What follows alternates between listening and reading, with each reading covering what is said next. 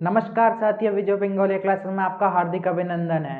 जैसा कि हमारी वंशों की श्रृंखला चल रही थी, उस वंशों की श्रृंखला के अंतर्गत हम गुइल वंश पर आ चुके थे।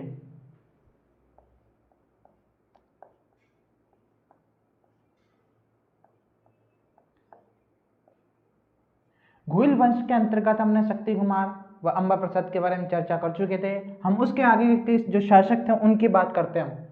सूचिवर्मन, उसके बाद में जो शासक बनते हैं नरवर्मन,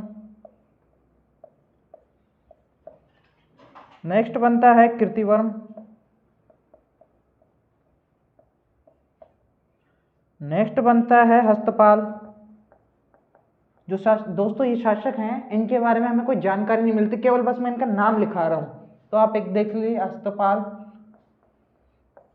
उसके बाद में नेक्स्ट बनता है हमारा वेरी सिंह,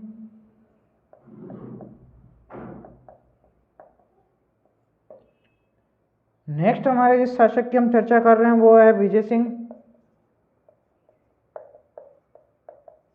फिर अरि सिंह। अरि सिंह की अगर हम बात चर्चा करें तो हमारा है चांडे सिंह। चांडे सिंह के बाद में बात चर्चा करें तो वो है विक्रम सिंह। यहां तक के जो शासक थे दोस्तों, ये जो जितने भी शासक हैं, यहां तक के जो शासक हुए मेवाड़ में, इनके बारे में हमें कोई इतनी महत्वपूर्ण जानकारी नहीं मिलती है कि हम इनकी चर्चा करें। उसके बाद में इनके पुत्र आते हैं विक्रम सिंह के। उनका नाम है रण सिंह, जिसे कहा जाता है कर्ण सिंह। रण सिंह या फिर कर्ण सिंह, दोनों ही इसे कहा जाता है। इनके बारे में चर्चा मिलती है, किसके पुत्र हैं? विक्रम सिंह के पुत्र हैं। विक्रम सिंह के पुत्र हैं, ठीक है। अब इनके दो पुत्र हुए, एक है सेम सिंह,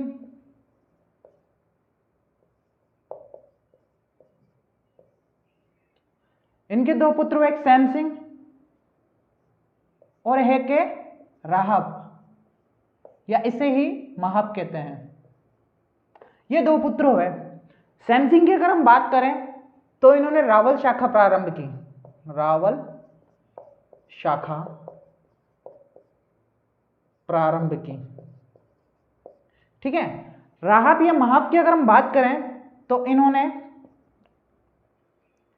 एक शाखा प्रारंभ की जो थी शिशोदिया शाखा। शिशोदा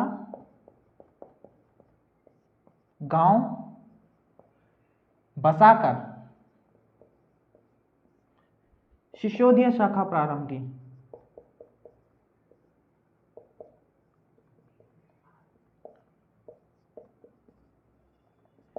ये थे दोस्तों राहब और महाब। ये तो अलग हो गए, इन्होंने शिशोदिया शाखा प्रारंभ कर दी, जो बाद में राणा शाखा भी कहलाती है। हमीर सिंह के बाद में से हमीर राणा हुए थे, जिन्होंने मेवाड़ का उद्धारक भी कहा जाता है, जिन्होंने पुनः मेवाड़, रतन सिंह के बाद में पुनः मेवाड़ पर अधिकार किया था। उसकी हम चर्चा करेंगे आगे, बट अभी हम चर्चा करते हैं रावल शाखा पे। सेम सिंह के दो पुत्र हुए, सामंत सिंह, दूसरा पुत्र होता है कुमार सिंह। सामंत सिंह हुआ, कुमार सिंह, ये दो पुत्र होते हैं। इन दोनों में से नेक्स्ट शासक बनता है हमारा सामंत सिंह।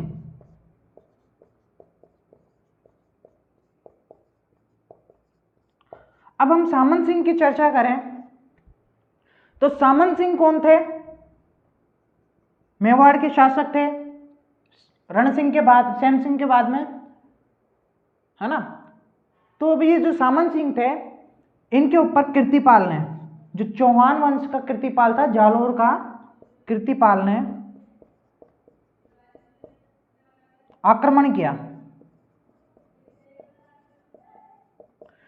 इनके समय कीर्तिपाल ने आक्रमण किया, कहां पर? आहड़ पर आक्रमण किया। कीर्तिपाल ने आहड़ पर आक्रमण किया और आहड़ को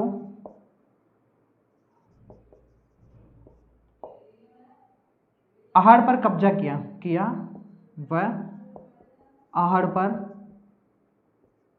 कब्जा किया, आहड़ पर कब्जा कर लिया इनके समय में, ठीक है। और इसके बारे में अगर हम चर्चा करें तो इनके जो भाई थे कुमार सिंह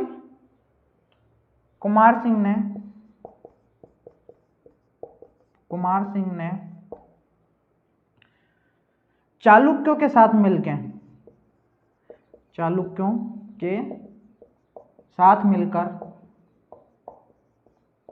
कुमार सिंह ने चालुक्यों के साथ मिलकर पुनः आहड़ पर अधिकार किया।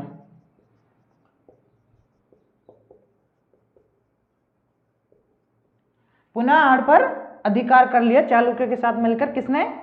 कुमार सिंह ने, ठीक है। नेक्स्ट हम चर्चा करें सामंत सिंह के बारे में। तो सामंत सिंह क्या था? पृथ्वीराज तृतीय का बहनोई था। सामंत सिंह पृथ्वीराज तृतीय का बहनोई था। बहनोई मतलब राजस्थान में जानते ही हो, पृथ्वीराज तृतीय की बहन थी एक पृथ्वीबाई।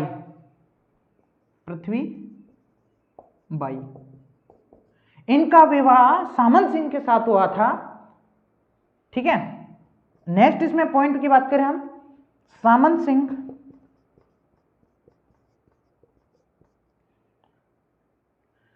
तराइन के युद्ध में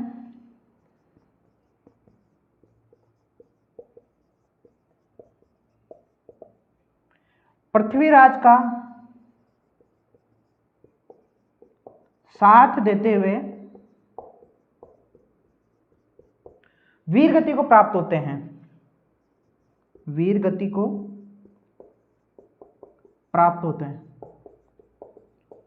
ठीक है। इसके बाद में जो नेक्स्ट शासक बनता है वो हमारा है ज़ेत्र सिंह।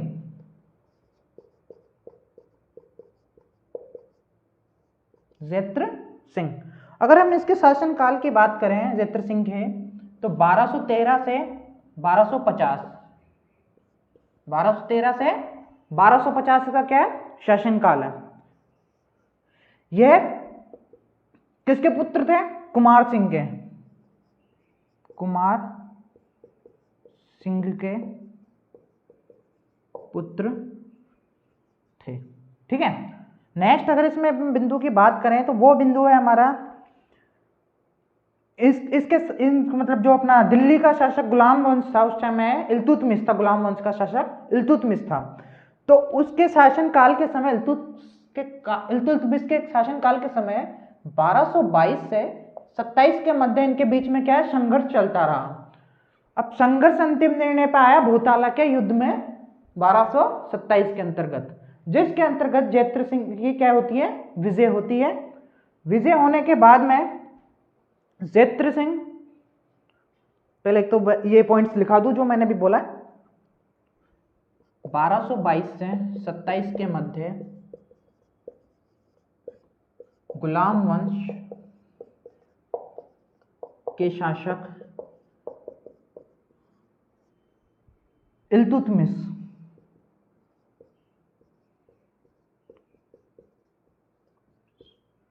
से संघर्ष चलता है। नेक्स्ट पॉइंट में लिख लीजिए, अंततः 1227 में भूताला का युद्ध होता है। भूताला का युद्ध में इल्तुतमिश की पराजित होती है। इल्तुतमिश पराजित होता है और विजय हमारे कौन होते हैं? ज़ेत्र सिंह। इल्तुतमिश पराजित हो गया, विजय हो गए ज़ेत्र सिंह। नेक्स्ट हम ज़ेत्र सिंह की बात करें, इधर लिख लेते हैं आगे। नेक्स्ट हमारे इल्तुतमिश तो पराजित हो गए, ज़ेत्र सिंह हो गए। इसके बाद में है हमारे जो ख्वारिज़्म के शहजादे थे जलालुद्दीन मकबरनी। ख्वारिज़्म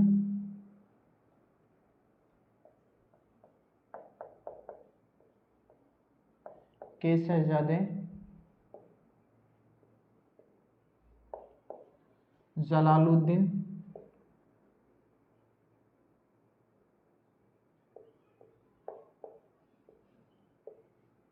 मकबरनी को पराजित किया।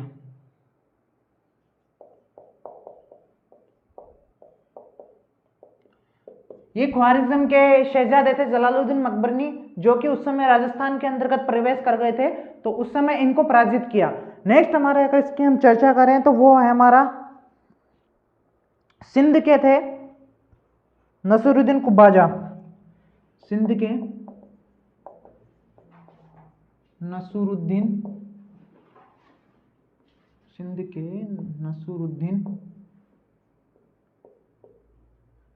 कुबाचा को पराजित किया। अगले हैं हमारे दिल्ली के शासक,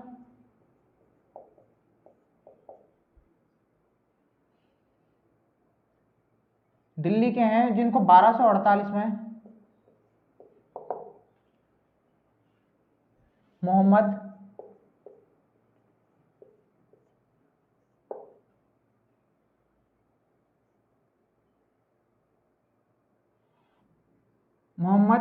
नसीरुद्दीन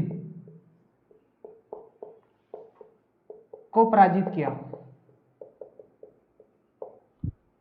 नेक्स्ट इसी के बारे में हम चर्चा करें, इसके दो सेनापति थे, मदन व वाल। नेक्स्ट इसी के अंदर हम नेक्स्ट बिंदु की बात करें तो हम इसके अंतर्गत कर सकते हैं, इसने उदयपुर पर भी आक्रमण किया था। जालोर पर आक्रमण किया। जालोर पर आक्रमण किया। तो जालोर पे जब इसने आक्रमण किया तो उस समय उदय सिंह के अंडर में था। जालोर क्या था? उदय सिंह के अंडर में था। तो उस दौरान जब ये उदय सिंह के अंडर में था, तब उदय सिंह ने अपने पुत्र चाचिक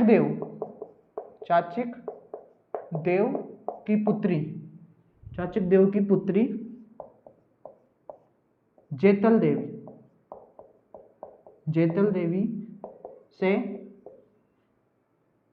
देवी का विवाह जेत्र सिंह के पुत्र तेज सिंह से किया। जेत्र सिंह के पुत्र तेज सिंह से किया। ठीक है, अब आगे का पॉइंट मैं लिखता हूं, मैं इसको रिमूव कर देता हूं, आप स्क्रीनशॉट लेना चाहे तो ले सकते हो।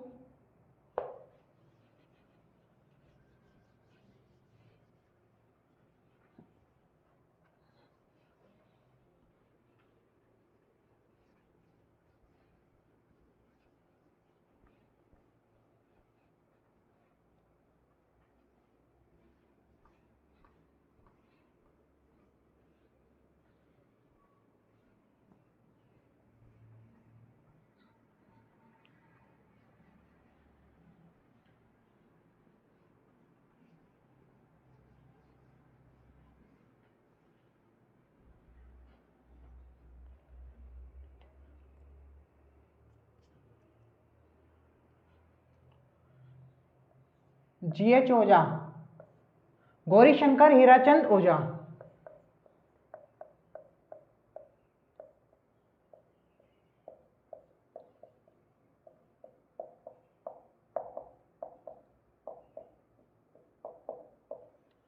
गौरीशंकर हीराचंद ओझा ने इनके बारे में एक बात कही। इनको क्या कहा? रण रसिक कहा। रण रसिक कहा। ठीक है, रण रसिक यानी युद्ध प्रिय। रण मतलब युद्ध हो गया, एक रण का मैदान।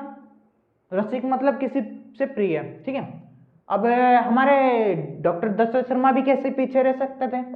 डॉक्टर दशरथ शर्मा, इन्होंने क्या कहा? इन्होंने कहा मेवाड़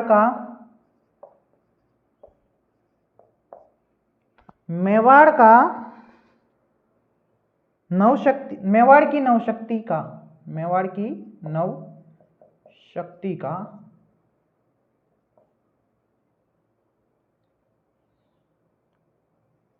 कहा। मेवाड़ की नवशक्ति कहा। किसे कहा? अपने जेत्र सिंह को। ठीक है। इनके बाद में हमारे शासक बनते हैं नेक्स्ट तेज सिंह। इनके शासनकाल की बात करें तो 1250 से 73, 1250 से 73 तेज सिंह नेक्स्ट शासक बनते हैं। इनकी अगर हम चर्चा करें तो इनकी रानी थी जो जेतल देवी ने श्यामा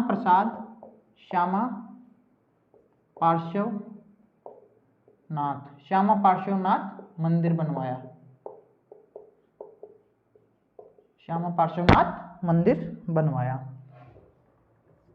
इनके बारे में नेक्स्ट अगर हम पॉइंट करें तो 1260 में, इनके शासनकाल में ही 1260 में राजस्थान का प्रथम ताड़पत्र पर चित्रित ग्रंथ की रचना की कमलचंद ने। ठीक है। 1260 में राजस्थान का प्रथम ताड़पत्र पर चित्रित ग्रंथ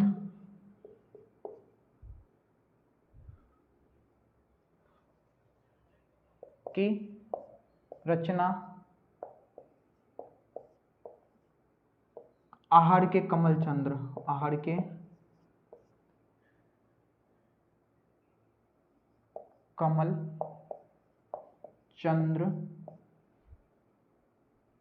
द्वारा की गई। ठीक है। अब इसके ग्रंथ की अगर हम बात करें तो ग्रंथ का नाम क्या था? श्रावक प्रतिक्रमण सूत्र चूर्णी। यह इस ग्रंथ का क्या था नाम? श्रावक प्रतिक्रमण सूत्र चूर्णी। इसकी रचना किसने की? कमलचंद्र ने। ठीक है। कब की? 1260 में। ठीक है। नेक्स्ट है, इसने बलबन को भी पराजित किया। बलबन के आक्रमण को असफल किया। बलबन के आक्रमण को असफल किया। बलबन के आक्रमण को क्या किया? असफल किया। नेक्स्ट हम इसके अंतर्गत बस यही कुछ बिंदु हैं जो मैं लिखा चुका हूं, जो हमारे एग्जाम दृष्टि से हमारा ये श्रावक प्रतिक्रमण सूत्र जो चूर्णी है, ये ग्रंथ थोड़ा इंपॉर्टेंट है। इसके अंतर्गत जो हमें तेज सिंह के अंतर्गत याद रखना है वो ज्यादा यह इंपॉर्टेंट है। तेज सिंह के बाद हमारे नेक्स्ट शासक बनते हैं समर सिंह। समर सिंह के शासनकाल की अगर हम बात करें तो 1273 से 1302 तक यह इनका शासनकाल का समय था, समर सिंह का। इन्हें त्रिलोक, एक सेकंड मैं 2 पॉइंट भूल रहा हूं। एक तो हमारे पहले तो जेत्र सिंह वाले में लिख लेते हैं, जेत्र सिंह वाले में। ठीक है।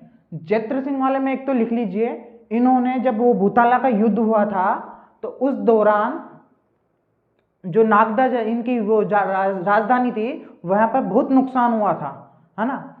तो इन्होंने क्या किया? चित्तौड़ को राजधानी बनाया। चित्तौड़ को राजधानी बनाया किसने? जेत्र सिंह ने। चित्तौड़ को राजधानी किसने बनाया दोस्तों? ये क्वेश्चन आ चुका है, इसलिए मैं एक बार लिखवा रहा हूं, मेरे को याद आ गया था तो मैं इसलिए एक बार आपको लिखा देता हूं कि चित्तौड़ को राजधानी किसने बनाया? जेत्र सिंह ने। और इसके बारे में भी एक क्वेश्चन आ चुका है, वो भी मैं लिखा देता हूं। समर सिंह का हम थोड़ी सी लेट चर्चा कर लेते हैं, एक पॉइंट लिख के। नेक्स्ट हम इसके बारे में लिखा देता हूं, तेज सिंह के बारे में। इसकी कुछ उपाधि थी, उस उपाधि में से क्वेश्चन आ चुका है। परम भट्टारक महाराजा धीराज परमेश्वर, ये तीनों ही अलग अलग हैं। परमेश्वर, जैसे हमें प्रतिहार वंश में देखने को मिला था, ये सब एक ही उपाधि थी लंबी चौड़ी, लेकिन यहाँ पे ये तीनों ही अलग हैं। लेकिन इसकी एक ही उपाधि वो है जो बहुत इंपॉर्टेंट है, वह है प्रौढ़ प्रताप।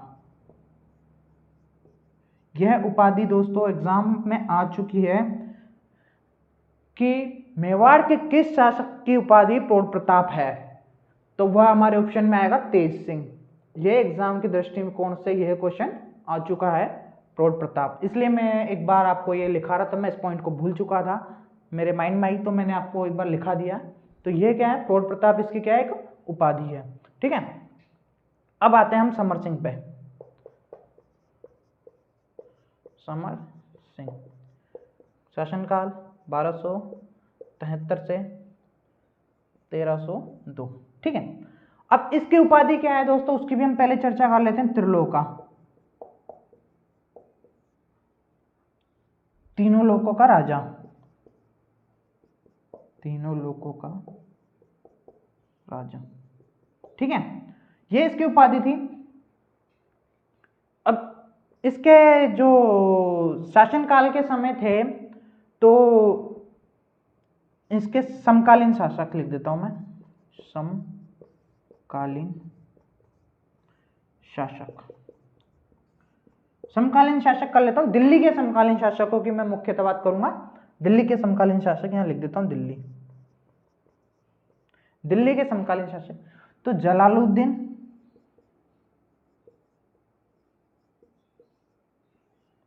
ठीक है, अगला शासक है अलाउद्दीन। ये दो शासक हुए जो दिल्ली के समकालीन थे।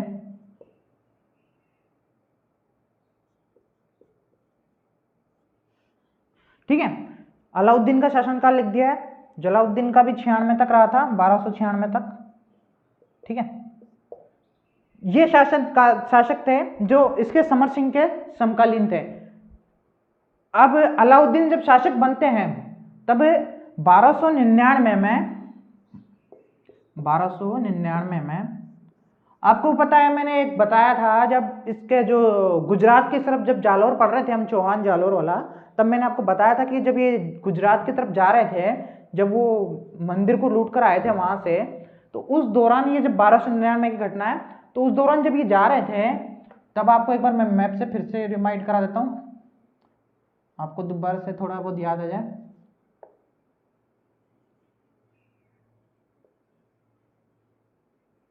ये कुछ मैंने ऐसे थोड़ा सा टेढ़ा मेढ़ा नक्शा बनाया। यहाँ से जब ये निकले थे, तब यहाँ जालौर से निकले थे, तब जालौर वाले शासक ने तो मना कर दिया था कि हम यहाँ से नहीं जाने देंगे, हमारी फसलों का आप मुआवजा अदा करें। लेकिन जब ये सेना यहाँ से घूमकर फिर गुजरात गई थी, तब क्या था, समर सिंह ने इनसे कर लिया था।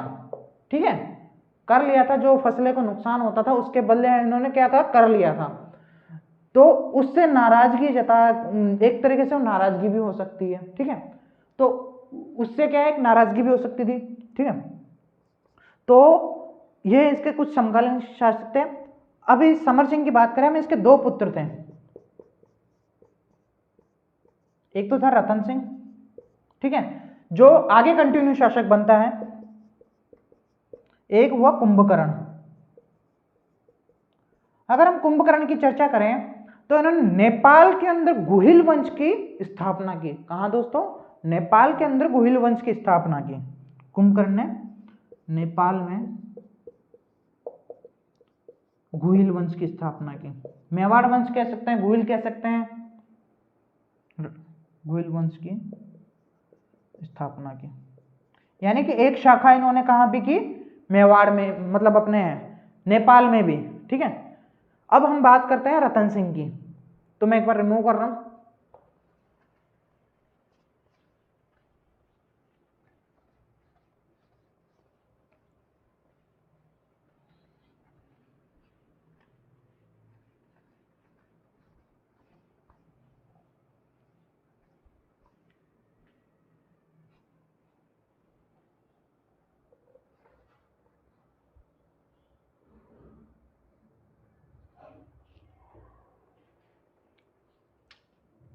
रतन सिंह।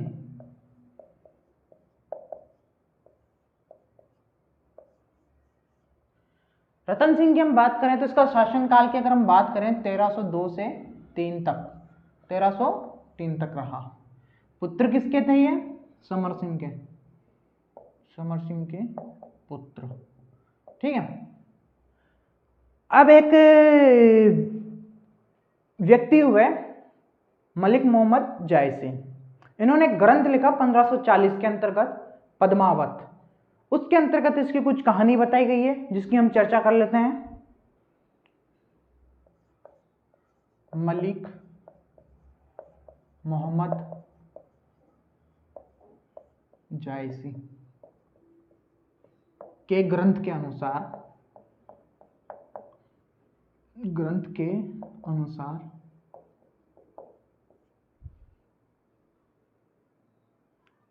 सिंघल द्वीप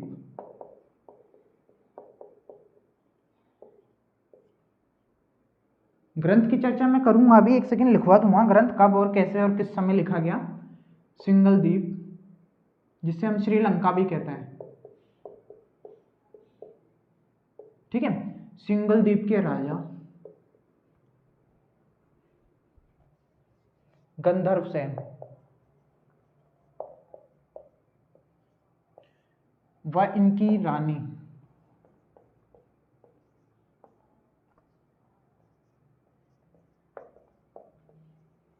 चंपावती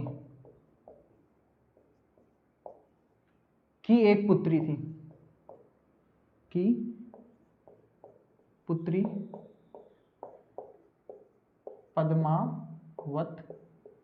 पद्मावती सॉरी दोस्तों, पद्मिनी कह सकते हैं हम, पद्मिनी थी। ठीक है, पुत्री पद्मिनी थी। यह कहानी बताता है हमारा मलिक मोहम्मद जायसी का ग्रंथ था 1540 में इसने लिखा, 1540 में पद्मावत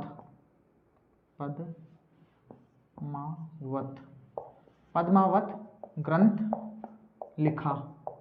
किसने? मलिक मोहम्मद जायसी ने, शेरशाह सूरी के काल में, शेरशाह सूरी के काल में।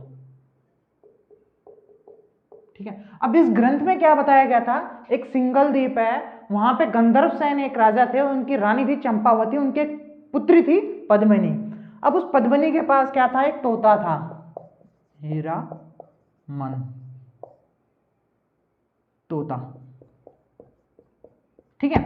हीरामन नामक एक तोता था।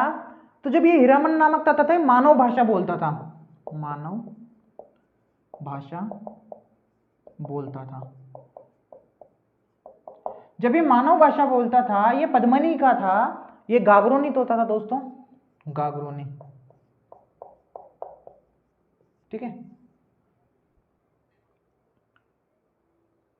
जिस भी हीरामन तोता था, यही जब उड़ते उड़ते रतन सिंह के पास पहुंचता है, तो रतन सिंह को यह बताता है कि सिंघल द्वीप के अंतर्गत एक राजकुमारी है जो अति सुंदर है। अब उसकी यह बात सुनकर रतन सिंह थे जो, वह प्रभावित होते हैं और वह वहां उस क्षेत्र में जाते हैं, सिंघल द्वीप के क्षेत्र में। वह उनसे प्रभावित होकर उनसे वहां निकाह करते हैं, मतलब शादी करते हैं। शादी करने के बाद वो जब यहाँ आते हैं तो उनका विवाह का कारण कौन बना? हीरामन तोता। विवाह का कारण कौन बना? हीरामन तोता। ठीक है। जब वो शादी करके यहाँ पे आते हैं तो एक तांत्रिक था इसके दरबार में, राघव चेतन, ब्राह्मण तांत्रिक। एक राघव चेतन ब्राह्मण था जो कि कार्य करता था तांत्रिक का। उसने, तांत्रिक ने पद्मिनी पे कुदृष्टि डाली।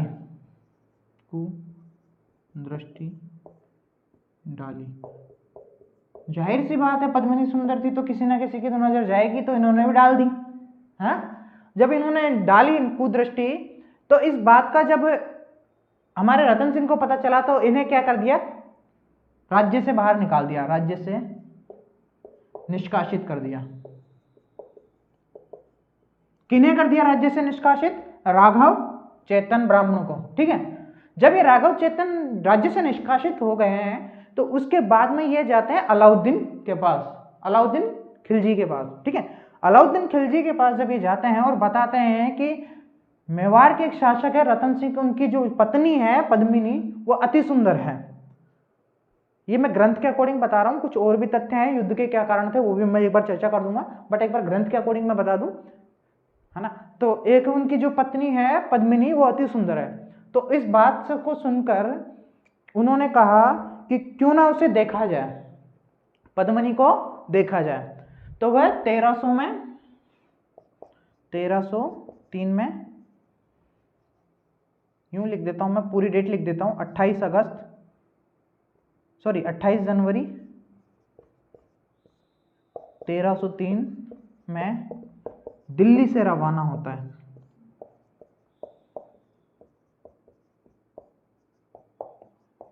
कौन? अलाउद्दीन, ब्रैकेट में लिख देता हूं अलाउद्दीन। अलाउद्दीन खिलजी दिल्ली से रवाना होता है 28 जनवरी 1303 में। ठीक है, अब मैं अन्य कारणों की चर्चा कर लेता हूं, एक साइड में कर लेता हूं। अन्य कारण दो ही हैं इंपॉर्टेंट। ठीक है, मैं उन दोनों को लिखा देता हूं। पहला कारण तो हम मान सकते हैं पद्मिनी को प्राप्त करना। ठीक है, दूसरा कारण हम मानते हैं जो कि अमीर खुसरो मानते हैं, महत्वाकांक्षी या साम्राज्य विस्तार भी कह सकते हैं हम, साम्राज्य विस्तार। यानी कि जो यूं कह सकते हैं कि अमीर खुसरो मानते हैं कि अलाउद्दीन थे जो वह साम्राज्यवादी विस्तारवादी थे, वह महत्वाकांक्षी थे। ये कौन कहता है? अमीर खुसरो। लेकिन एक और तथ्य है, जो ये जालोर का दुर्ग, चित्तौड़ का दुर्ग, रणथंभौर का दुर्ग, ये जो दुर्ग है इनका अपना ही एक सामरिक महत्व है ना। तो इनको जब जीत लिया जाए तो इनका क्या है कि मतलब आसपास के जितने भी क्षेत्र थे ना उन पर आसानी से नजर रखी जा सकती थी। तो हम ये कह सकते हैं सामरिक महत्व। और ये डॉक्टर दशरथ शर्मा बताते हैं इस चीज को। ठीक है, ये तो कुछ 3 पॉइंट्स हैं तो जो मैं लिखा चुका हूं। अब आगे चर्चा करते हैं। 28 जनवरी को, अब कारण कुछ भी हो सकता है, महत्वाकांक्षा भी हो सकती है, पद्मिनी को प्राप्त करना भी हो सकता है, या दुर्ग को प्राप्त करना भी हो सकता है व्यापारिक दृष्टि से, है ना, या किसी और दृष्टि से, शासन की दृष्टि से। तो वो रवाना कब होते हैं? 28 जनवरी 1303 को कहा है दिल्ली से रवाना हो जाते हैं। दिल्ली से रवाना होने के बाद में चित्तौड़गढ़ 8 माह तक डेरा डाले रखा, डेरा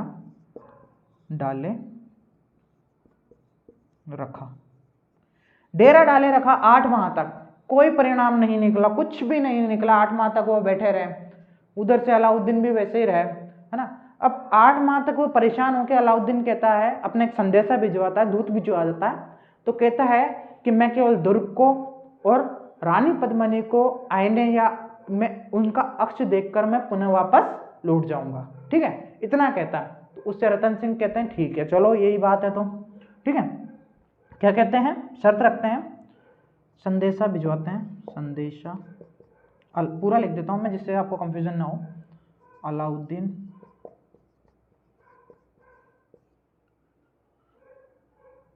रतन सिंह के पास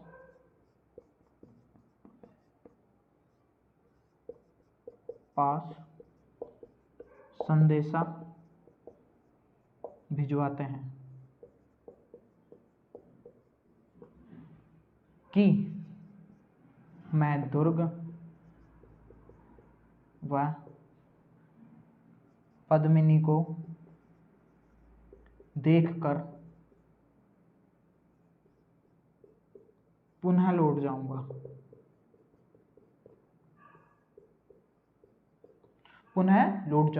ये संदेशा भिजवाते हैं। तो रतन सिंह राजी हो जाते हैं। जब वो महल में आते हैं तो उन्होंने दुर्ग को दिखाया जाता है उनको, और वह पद्मिनी को भी उनका आईने के अंतर्गत अक्ष दिखाया जाता है। जब वो अक्ष देखते हैं पद्मिनी को तो वो मोहित हो जाते हैं उनके ऊपर। जब वो कहते हैं कि अब मैं वापस पुनः लौट जाऊंगा वहां से, तो वो कहते हैं, तो ये जब बाहर निकल रहे होते हैं तब रतन सिंह इनको प्रथम दरवाजा, मतलब जो अपने चित्तौड़गढ़ का दुर्ग देखोगे आपने, उसमें दरवाजे बने हुए हैं, 8 या 7 ऐसे कुछ, 8 दरवाजे बने हुए हैं। तो उन दरवाजों से जब वो गुजरते हैं तो प्रथम दरवाजे तक वहां पे उनको रतन सिंह छोड़ते हैं। तब अलाउद्दीन कहते हैं कि रतन सिंह आप हमें हमारे दुर्ग के मुख्य दरवाजे तक भी नहीं छोड़ोगे? तब वो रतन सिंह कहते हैं क्यों नहीं छोड़ेंगे, हम चलेंगे आपके साथ। जब वो मुख्य दरवाजे तक जाते हैं रतन सिंह, तो उस दौरान उनका क्या कर लिया जाता है, अपहरण कर लिया जाता है और अपने दिल्ली ले जाया जाता है। मतलब रतन सिंह का अपहरण करके दिल्ली ले जाते हैं। रतन सिंह का अपहरण करके क्या करते हैं, दिल्ली ले जाते हैं। दिल्ली ले जाने के बाद में दोस्तों संदेशा भिजवाते हैं अलाउद्दीन, रानी पद्मिनी को दे जाओ और रतन सिंह को ले जाओ। सीधा सीधा किस्सा, रानी पद्मिनी को दे जाओ और रतन सिंह को ले जाओ। तब पद्मिनी के चाचा व मेरा चाचा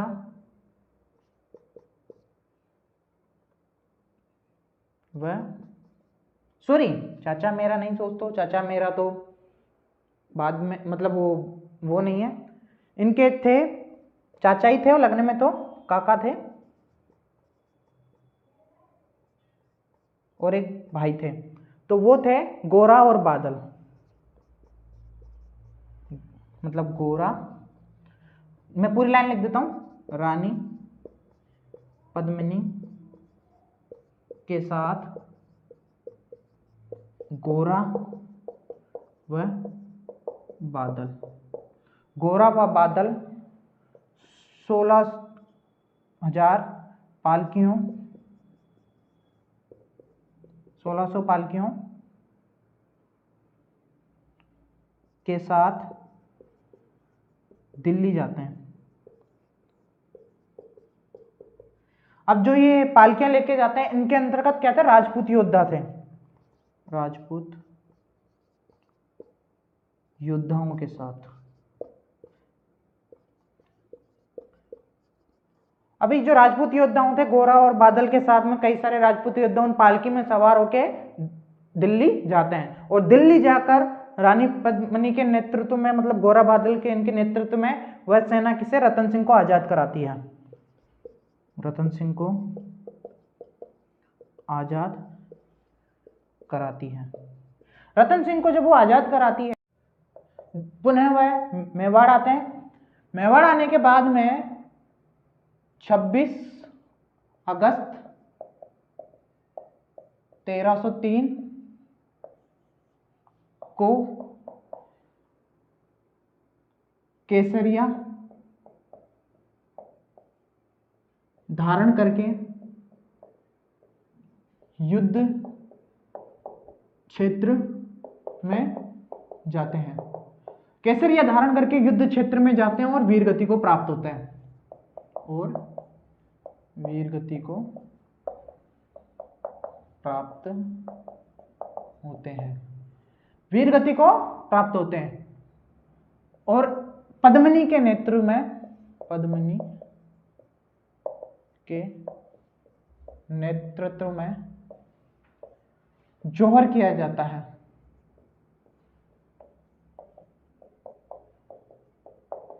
कब किया जाता है, 26 अगस्त 1303 के अंतर्गत पद्मिनी के नेतृत्व में जौहर किया जाता है। ठीक है, नेक्स्ट हम बात करें तो राजस्थान का द्वितीय शाखा, राजस्थान का कौन सा था ये, द्वितीय शाखा, और मेवाड़ का प्रथम शाखा था, प्रथम शाखा था। ठीक है, मेवाड़ राजस्थान का द्वितीय व मेवाड़ का क्या था, प्रथम शाखा था। अब शाखा क्या होता है, केसरिया प्लस जौहर, इन दोनों को मिलकर क्या कहा जाता है, शाखा।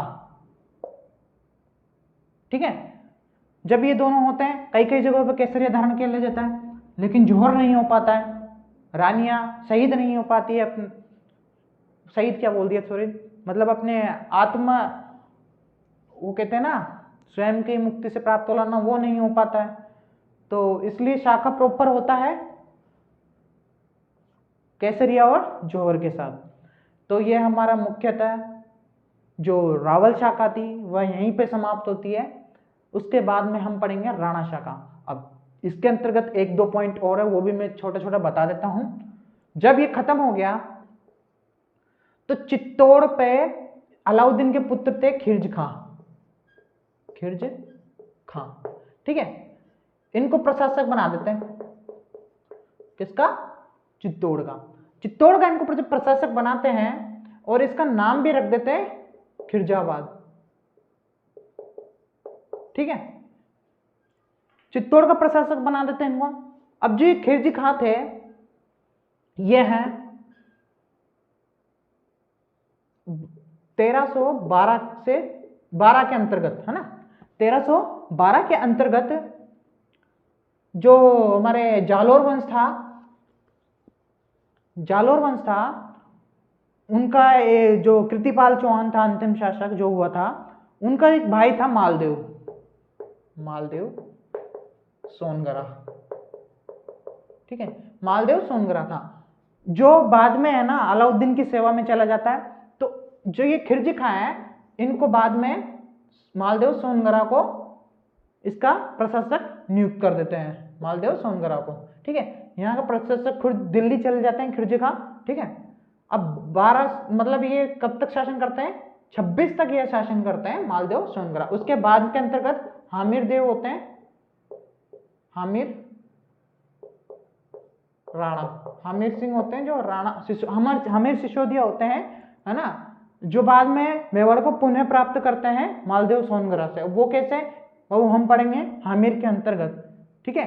ये कुछ बात थी दोस्तों जो हमारी गुहिल वंश के अंतर्गत, गुहिल शाखा के अंतर्गत, राणा शाखा के अंतर्गत, सॉरी राणा शाखा क्या बोल दिया, राहुल शाखा के अंतर्गत यहाँ कुछ बात थी। अब हम नेक्स्ट चर्चा करेंगे राणा शाखा, जिसके अंतर्गत हमारे कई सारे वीर हुए हैं, राणा सांगा हुआ है, कुंभा हुआ है, प्रताप हुआ है, उदय सिंह हुए हैं, ऐसे कई सारे महत्वपूर्ण शासक हैं दोस्तों जो हमारे नेक्स्ट क्लास के अंतर्गत पढ़ेंगे। हम आगे वाली क्लास से हम राणा शाखा प्रारंभ करेंगे, उसके अंतर्गत महाराणा प्रताप, ऐसे कई सारे जो आगे वाली राणा शाखा में आएंगे उनके अंतर्गत पढ़ेंगे। तब तक के लिए मुझे दीजिए इजाजत, धन्यवाद।